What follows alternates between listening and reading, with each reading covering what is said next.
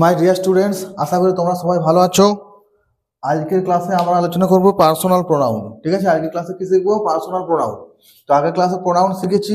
Pronoun কি বলা হয়েছিল? যে সকল শব্দ নাউনের পরিবর্তে বসে, মানে নাউনকে যে শব্দ রিপ্লেস করছে সেটা হচ্ছে প্রোনাউন। তো সেই প্রোনাউনের 8টি ভাগ হয়, তার মধ্যে প্রথম ভাগটি হচ্ছে পার্সোনাল প্রোনাউন। তো আজকের ক্লাসে আলোচনা করছি পার্সোনাল প্রোনাউন। তো পার্সোনাল প্রোনাউন কাকে বলে?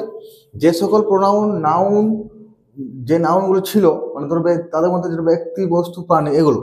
তো যে সকল প্রোনাউন কি ব্যক্তি, বস্তু বা প্রাণী বা স্থানকে রিপ্লেস করছে, স্থানের পরিবর্তে বসছে, সেটা হচ্ছে পার্সোনাল প্রোনাউন।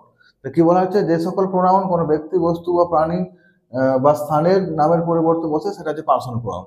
যেমন দেখো কি কি বললাম, ব্যক্তির পরিবর্তে রাম ইজ এ বয়। এই তো রাম হচ্ছে একটা ব্যক্তি, এই রামের পরিবর্তে বসছে হি, তাহলে ব্যক্তির পরিবর্তে বসছে, ওই জন্য এখানে হিটা হচ্ছে পার্সোনাল প্রোনাউন। যে আই হ্যাভ এ পেন, এই পেনটা হচ্ছে বস্তু।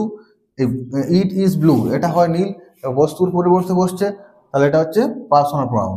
উই হ্যাভ এ কাউ, আমাদের একটা গরু আছে, এই কাউয়ের পরিবর্তে বসছে ইটটা, তাহলে এটা হচ্ছে তোমার কি, এটা প্রাণীর পরিবর্তে বসছে, সেই জন্য হচ্ছে personal pronoun. We live in Canada, আমরা খানাডাতে বাস করি। It is a very beautiful town, এটা খুব সুন্দর শহর। তাই দেখো স্থানের পরিবর্তে বসছে, তাহলে এই যে ব্যক্তি, বস্তু, প্রাণী, স্থান, এগুলোর পরিবর্তে যে প্রোনাউন বসে সেটা হচ্ছে পার্সোনাল প্রোনাউন। ঠিক আছে, তো এখানে দেখো পার্সোনাল প্রোনাউনগুলো সবগুলো এখানে ছকের মাধ্যমে দেওয়া হয়েছে। দেখো ফার্স্ট পার্সনের মধ্যে কি রয়েছে? I, me. সেকেন্ড পার্সন রয়েছে উই, আস। ফার্স্ট পার্সন রয়েছে আই, মি, ফার্স্ট পার্সন সিঙ্গুলারের মধ্যে। আর ফার্স্ট পার্সন প্লুরাল রয়েছে we, us. Second person you, you. আর ইউ, ইউ মানে সেকেন্ড পার্সন ইউ মানে তুমি, ইউ মানে তোমাকে, ইউ মানে তোমরা, ইউ মানে তোমাদেরকে। থার্ড পার্সন দেখো হি মানে সে, সি মানে সে, ইট মানে ইহা, হিম মানে তাকে, হার মানে তার, ইট মানে ইহাকে। তার পার্সন প্লুরাল কি রয়েছে? দে, দেম, তারা, তাদেরকে। তো এটা এগুলো হচ্ছে সব পার্সোনাল প্রোনাউন, এর বাইরে কিন্তু কোনো পার্সোনাল প্রোনাউন নেই।